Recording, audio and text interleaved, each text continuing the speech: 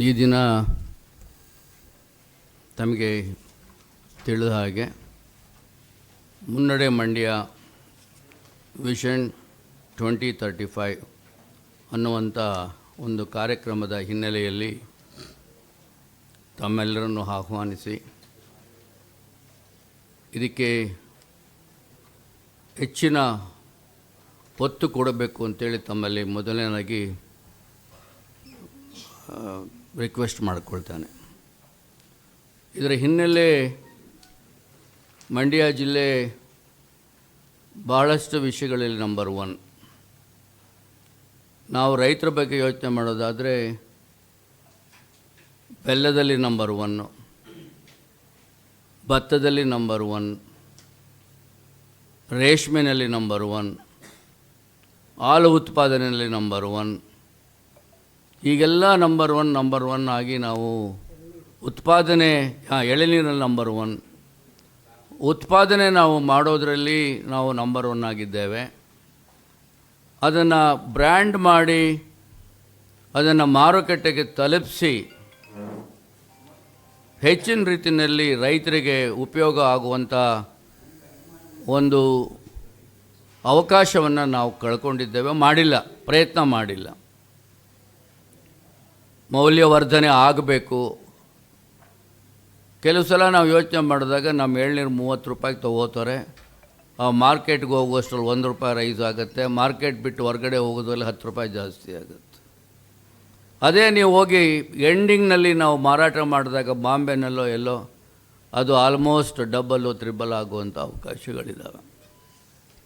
ಮಂಡ್ಯ ಜನನೇ ಅದರ ಬಗ್ಗೆ ಕಾಳಜಿ ವಹಿಸಿ ನಾವು ಹೆಚ್ಚಿನ ರೀತಿಯಲ್ಲಿ ಇನ್ನೂ ಕೂಡ ಅದನ್ನು ಮಾರ್ಕೆಟಿಗೆ ತಲುಪಿಸುವಂಥದ್ದು ಹಾಗೂ ಅದರಲ್ಲಿ ನಾವು ಬೆಳೆದಂಥ ವಸ್ತುಗಳಲ್ಲಿ ಇನ್ನೂ ಕೂಡ ನಾವು ಅದನ್ನು ಬೈ ಪ್ರಾಡಕ್ಟ್ಗಳು ಬೇರೆ ಬೇರೆ ಅದನ್ನು ವಸ್ತುಗಳಾಗಿ ಅಥವಾ ಪದಾರ್ಥಗಳಾಗಿ ನಾವು ಮಾಡೋದಾದರೆ ಅಕ್ಕಿ, ಭತ್ತ ನಾವು ಬೆಳಿತೇವೆ, ಗದ್ದೆನಲ್ಲೇ ಮಾರಿಬಿಡ್ತೇವೆ.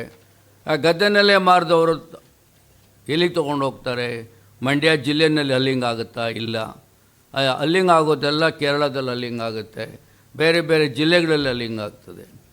ಆದರೆ ನಾವು ಯಾತಕ್ಕೋಸ್ಕರ ಅದನ್ನು ನಾವು ಯೋಚನೆ ಮಾಡಿ ಮಂಡ್ಯದಲ್ಲೇ ಅದನ್ನು ಸಂಸ್ಕರಣೆ ಮಾಡಿ ಮಂಡ್ಯದ್ದೇ ಒಂದು ಬ್ರ್ಯಾಂಡ್ ಮಾಡಿ ನಾವು ಕಳಿಸೋದಾದರೆ ಇನ್ನೂ ಹೆಚ್ಚಿನ ರೀತಿಯಲ್ಲಿ ನಮ್ಮ ರೈತರಿಗೆ ಒಳ್ಳೆಯದಾಗ್ತದೆ ಹಾಗೂ ನಮ್ಮ ಯುವಕರಿಗೆ ಒಂದು ಎಂಟ್ರಪ್ರನರ್ಶಿಪ್ಪನ್ನು ಡೆವಲಪ್ ಮಾಡಲಿಕ್ಕೆ ಅವಕಾಶ ಆಗುತ್ತೆ ಅನ್ನೋ ಒಂದು ರೀತಿಯಲ್ಲಿ ನಮ್ಮ ಯುವ ಜನತೆ ಏನು ಈಗ ಕೆಲವರು SLC ಪಾಸಾಗಿ ಅಥವಾ PUC ನಂತರ ಬಿಟ್ಟವರು, ಡಿಗ್ರಿ ಆಗಿ ಬಿಟ್ಟವರು, ಇಂಥವರೆಲ್ಲವರನ್ನೂ ಕೂಡ ನಾವು ಎಂಟ್ರಪ್ರನರ್ಶಿಪ್ಪಿಗೆ ನಾವು ಎಳೀಬೇಕು. ಅವರು ತಂದಾಗ ಈಗ ಈ ಜಿಲ್ಲೆ ಬೆಳೀಲಿಕ್ಕೆ ಅವಕಾಶ ಆಗ್ತದೆ. ಕೆಲವು ವಿಷಯಗಳನ್ನು ನಾವು ನೋಡಿದ್ರೆ GDP ಮಂಡ್ಯ ಜಿಲ್ಲೆ ಭಾಳಷ್ಟು ನಾವು ಹಿಂದೆ ಉಳಿದಿದ್ದೇವೆ. ಕಾರಣ ಇಷ್ಟೇ, ನಾವು ಮಾಡಿದಂಥ ಪದಾರ್ಥಗಳು, ಬೆಳೆದಂಥ ಪದಾರ್ಥಗಳನ್ನು ಅಲ್ಟಿಮೇಟ್ ಪ್ರಾಡಕ್ಟ್ ಮಾಡಿ ಅದನ್ನು ನಾವು ಮಾಡದೇ ಇದ್ದಾಗ ಅದು GDPಗೆ ಇನ್ವಾಲ್ವ್ ಆಗಲ್ಲ. ಒಂದು ಸಾದಾ ಉದಾಹರಣೆ ನಾವು ಕೊಡೋದಾದರೆ, ನಾವು ಕುರಿ ಸಾಕ್ತೀವಿ, ಮೇಕೆ ಸಾಕ್ತೀವಿ, ಎಲ್ಲವನ್ನೂ ಕೂಡ ನಾವು ಬೇರೆಯವರು ತೊಗೊಂಡೋಗಿ ಬೆಂಗಳೂರು ನಗರದಲ್ಲಿ ಅದನ್ನು ಮಾಂಸ ಮಾಡಿ ಮಾರಿದಾಗ ಅದರ GDP ಜಾಸ್ತಿ ಆಗುತ್ತೆ. ಆದರೆ ಕುರಿ ಮಾರಿದಾಗ GDP ಲೆಕ್ಕಕ್ಕೆ ಬರೋದಿಲ್ಲ. ಸೊ ಇಂತಹ ಕೆಲವು ವಿಷಯಗಳನ್ನು ನಾವು ಅರಿತು ನಮ್ಮ ಜಿಲ್ಲೆಯಲ್ಲೇ ನಾವು ಏನಕ್ಕೋಸ್ಕರವಾಗಿ ನಾವು ಮಾಡಬಾರ್ದು, ನಮ್ಮ ಯುವಕರಿಗೆ ಯಾಕೆ ಪ್ರೋತ್ಸಾಹ ಕೊಡಬಾರ್ದು, ನಾವು ಯಾಕೆ ನಮ್ಮ ಮೌಲ್ಯವರ್ಧಿತ ಪ್ರಾಯೋಗಿಕವಾಗಿ ಯಾಕೆ ನಾವು ಮಾಡಬಾರ್ದು ಈ ಜಿಲ್ಲೆನ ಅಂತೇಳಿ ಅರಿತು ಇದರ ಬಗ್ಗೆ ತುಂಬ ಕಾಳಜಿ ವಹಿಸಿ ಜಯರಾಮ್ ರಾಯ್ಪುರರವರು ಈ ಒಂದು ಮಾಡಲನ್ನು ನಮ್ಮ ಜಿಲ್ಲೆಗೆ ಜನಗಳನ್ನು ಎಬ್ಬಿಸುವಂಥದ್ದು. ಯಾರು ಯುವಕರಿದ್ದಾರೆ ನೋಡಿ, ನೀವೇ 1 ಎಕರೆ ಜಮೀನಿದ್ದರೆ ಬೇರೆಯವರು ಕೆಲಸ ಕೇಳೋಕೆ ಹೋಗೋದು ಬದಲಾಗಿ ನೀವೇ 10 ಜನಕ್ಕೆ ಕೆಲಸ ಕೊಡುವಂಥ ಉದ್ಯಮವನ್ನು ಮಾಡಿ. ಬೇಕಾದಷ್ಟು ಎಕ್ಸಾಂಪಲ್ಸ್ ನಮ್ಮ ಮಂಡ್ಯ ಜಿಲ್ಲೆಯಲ್ಲಿದೆ, ಹೊರಗಡೆ ಕೂಡ ಇದೆ. ಅಂಥ ಎಕ್ಸಾಂಪಲ್ಗಳನ್ನು ನಾವು ತೆಗೆದುಕೊಂಡು ಸಣ್ಣದಾಗಿ ಏನು ಮಹಾತ್ಮ ಗಾಂಧಿಯವರ ಗುಡಿ ಕೈಗಾರಿಕೆ ಕಾನ್ಸೆಪ್ಟ್ ಇತ್ತು, ಆ ಗುಡಿ ಕೈಗಾರಿಕೆಗಳನ್ನು ಹಳ್ಳಿಗಳಲ್ಲಿ ಮೊನ್ನೆ ಯಾವುದೋ ಒಂದು ಮೀಟಿಂಗ್ ಮಾಡುವಾಗ ಒಬ್ಬ ಲೇಡಿ ಎಂಟ್ರಪ್ರನರ್ ಬಂದು ಹೇಳಿದ್ರು, ಮದ್ದೂರಿನವರು, 5 ಹಳ್ಳಿನಲ್ಲಿ ಅವರು ಪ್ಯಾಕೇಜಿಂಗ್ ಸಿಸ್ಟಮ್ನ ಇಂಟ್ರೊಡ್ಯೂಸ್ 5 ಹಳ್ಳಿಯ ಹೆಂಗಸರು ಅದ್ರ ಇನ್ವಾಲ್ವ್ ಆಗಿ ಪ್ಯಾಕೇಜಿಂಗ್ ಮಾಡ್ತಾ ಇದ್ದಾರೆ. ಅದೇ ರೀತಿ ಹಳ್ಳಿಗಳನ್ನು ನಾವು ಒಂದು ಉದ್ಯಮ ರೀತಿಯಲ್ಲಿ ಅದು ತೊಡಗಿಸಿ ಅವರ ಆದಾಯವನ್ನು ಜಾಸ್ತಿ ಮಾಡೋದು. ನಾವು ನಂಬರ್ 1 ಅಂತ ಹೇಳಿದ್ವಿ ರೇಷ್ಮೆನಲ್ಲಿ. 1200ಕ್ಕೂ ಹೆಚ್ಚು ರೈತ ಉತ್ಪಾದಕ ಕಂಪ್ನಿಗಳು ಬೇರೆ ಬೇರೆ ಜಿಲ್ಲೆನಲ್ಲಿ ಕೆಲಸ ಮಾಡ್ತಾ ಇದ್ದಾವೆ. ಅದರಲ್ಲಿ ಒಂದು 200ಕ್ಕೂ ಹೆಚ್ಚು ರೈತ ಉತ್ಪಾದಕ ಕಂಪ್ನಿಗಳಲ್ಲಿ ಈ ಮೌಲ್ಯವರ್ಧನೆ, ಬ್ರ್ಯಾಂಡಿಂಗ್, ನೇರ ಮಾರಾಟ ಮಾಡುವಂಥ ಕೆಲಸಗಳನ್ನ ಮಾಡ್ತಾ ಇದ್ದಾವೆ. ಸೊ ಎಲ್ಲ ರೈತ ಉತ್ಪಾದಕ ಕಂಪ್ನಿಗಳು ಬೇರೆ ಬೇರೆ ಜಿಲ್ಲೆಗಳೆಲ್ಲರನ್ನೂ ಸಹ ಸಂಪರ್ಕಿಸಿ, ಏನು ಬೆಂಗಳೂರಿನಲ್ಲಿ ಸಿರಿಧಾನ್ಯ ಮೇಳ ಆಯಿತು, ಅವಾಗಲಿಂದಲೇ 1 to 1 ಅವ್ರ ಹತ್ರ ಮಾತಾಡಿ ಮಂಡ್ಯ ಜಿಲ್ಲೆಯಲ್ಲಿ ನಾವೇನು ಉತ್ಪಾದನೆ ಮಾಡ್ತಾ ಇದ್ದೀವಿ ಅದನ್ನು ಹೊರತುಪಡಿಸಿ ಇತರ ಉತ್ಪನ್ನಗಳ ಅವ್ರ ಕಡೆಯಿಂದ ಸುಮಾರು 12-13 ಜಿಲ್ಲೆಗಳಿಂದ ಒಂದು 25ರಿಂದ 30ಕ್ಕೂ ಹೆಚ್ಚು ಉತ್ಪಾದಕ ಕಂಪ್ನಿಗಳಿಂದ 200ಕ್ಕೂ ಹೆಚ್ಚು ಉತ್ಪನ್ನಗಳನ್ನ ಈಗ ತರಿಸಿ 13ನೇ ತಾರೀಕಿಂದ ಪ್ರಾರಂಭ ಆಗಿ ಮಾರಾಟ ಮಾಡಲಿಕ್ಕೆ ಪ್ರಾರಂಭ ಆಗ್ತಾ ಇದೆ. ಸೊ ಒಂದು ಕಾಲದಲ್ಲಿ ಮಂಡ್ಯ ಜಿಲ್ಲೆಯಲ್ಲಿ ಒಂದು ಕಾಳು ಭತ್ತನೂ ಸಹ ಜಿಲ್ಲೆಯಿಂದ ಆಚೆ ಹೋಗ್ತಿರಲಿಲ್ಲ. ಸೊ ಇನ್ನೂ ಹಿಂದೆ ಹೋದರೆ ಸುಮಾರು 6,000ರಿಂದ 7,000 ಆಲೆಮನೆಗಳು ಮಂಡ್ಯ ಜಿಲ್ಲೆಯಲ್ಲಿ ಇದ್ವಂತೆ.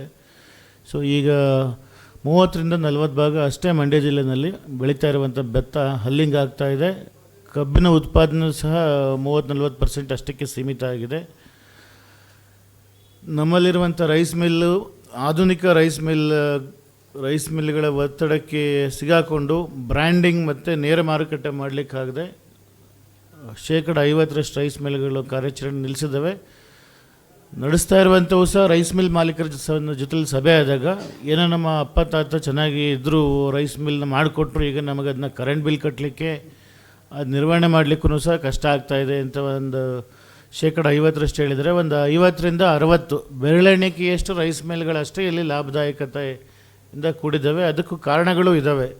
ಮಂಡ್ಯ ಜಿಲ್ಲೆಯಲ್ಲಿ ಬೆಳೀತಾ ಇರುವಂಥ ಭತ್ತ ಸೊ ಬೇರೆ ಬೇರೆ ಕಾರಣಗಳಿಂದ ಇಲ್ಲಿ ನೀರಾವರಿ ಏನು ಮೊದಲು ಜೂನ್ ತಿಂಗಳು ಕೊನೆಗೆ ನೀರು ಸಿಗ್ತಾಯಿತ್ತು, ಅಥವಾ ಜೂನ್ 15ನೇ ತಾರೀಕಿಗೆ ಈಗ ನೀರು ಬಿಡುವಷ್ಟರಲ್ಲಿ ಕಾವೇರಿ ನೀರಾವರಿ ಪ್ರಾಧಿಕಾರ ಆದ ನಂತರ ವಿಳಂಬ ಆಗೋದ್ರಿಂದ ದೀರ್ಘಾವಧಿ ತಳಿ ತಗೊಳ್ಳಿಕ್ಕೆ ಮಂಡ್ಯ ಜಿಲ್ಲೆಯಲ್ಲಿ ಕಷ್ಟ ಇದೆ. ಏನು ಗಂಗಾವತಿ ಬೆಲ್ಟ್ನಲ್ಲಿ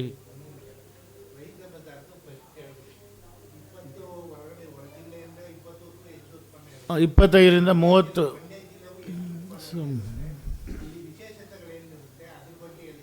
ಸೊ ಮಂಡ್ಯ ಜಿಲ್ಲೆಯಲ್ಲಿ 25ರಿಂದ 30ಕ್ಕೂ ಹೆಚ್ಚು ರೈತ ಉತ್ಪಾದಕ ಕಂಪ್ನಿಗಳಿದ್ದಾವೆ. ಸುಮಾರು 15ರಿಂದ 16 ಕೃಷಿ ಇಲಾಖೆಯಿಂದ ರಚನೆ ಆಗಿರುವಂಥ ರೈತ ಉತ್ಪಾದಕ ಕಂಪ್ನಿಗಳಿದ್ದಾವೆ.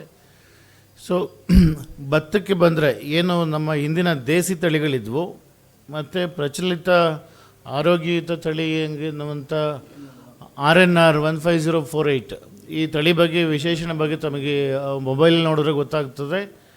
ಡಯಾಬಿಟಿಕ್ ಇರುವಂಥವ್ರು ತೊಗೋಬೋದು, ಡಯಾಬಿಟಿಕ್ ಅವರು ತೊಗೊಳ್ಬೋದು. ಮತ್ತು ಇದು ಮುದ್ದೆ ರೀತಿ ತಿಂದ ತಕ್ಷಣ ಜೀರ್ಣ ಆಗಲ್ಲ, ಪ್ರೋಟೀನ್ ಮತ್ತು ವಿಟಮಿನ್ ಅಂಶ ಜಾಸ್ತಿ ಇರ್ತದೆ. ಈ ತಳಿ ಈ ರೀತಿ ಆರೋಗ್ಯಕರ ರೀತಿಯಲ್ಲಿ ಬೆಳೆದಿರುವಂಥ ಭತ್ತ ಆಗ್ಬೋದು, ಬೆಲ್ಲ ಆಗ್ಬೋದು, ಕೃಷಿ ಅಥವಾ ತೋಟಗಾರಿಕೆ ಉತ್ಪನ್ನಗಳನ್ನ ಮಂಡ್ಯ ಜಿಲ್ಲೆಯಲ್ಲಿ ಬೆಳೀತಾ ಇರುವಂಥ ಎಲ್ಲ ಉತ್ಪನ್ನಗಳನ್ನು ಸಹ ಇಲ್ಲಿ ಸುಮಾರು 15ಕ್ಕೂ ಹೆಚ್ಚು ರೈತ ಉತ್ಪಾದಕ ಕಂಪನಿಗಳಿಂದ ಇಲ್ಲಿ ಮಾರಾಟಕ್ಕೆ ಇಟ್ಟಿದ್ದೀವಿ. ಕಂಪ್ನಿಗಳು ಈಗಾಗಲೇ ರಚನೆ ಆಗಿದ್ದಾವೆ. ಅದರಲ್ಲಿ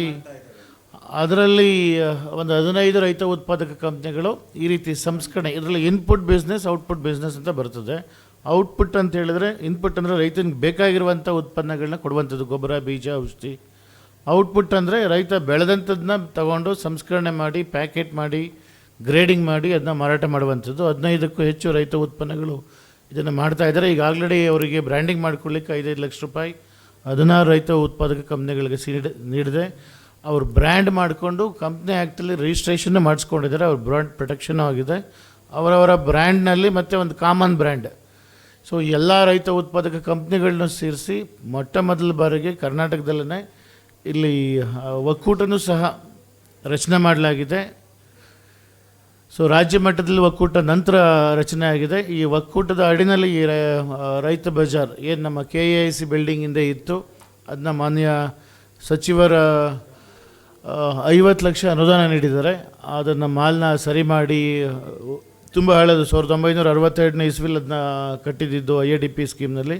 ಅದನ್ನ ಸಿದ್ಧಪಡಿಸಿ ರ್ಯಾಕ್ಸು, ಬೆಲ್ಲಿಂಗ್ ಕೌಂಟ್ರು, ಟೇಬಲ್ಲು ಎಲ್ಲನೂ ಕೊಡಲಿಕ್ಕೆ. ಸೊ ತಾವು ನೋಡಿದ್ದೀರ, ರೆಡಿ ಆಗ್ತಾ ಇದೆ ಅನಿಸುತ್ತೆ, ಅಲ್ಲಿ ಇಟ್ಟು ಪ್ರದರ್ಶನ ಮಾಡ್ತೀವಿ.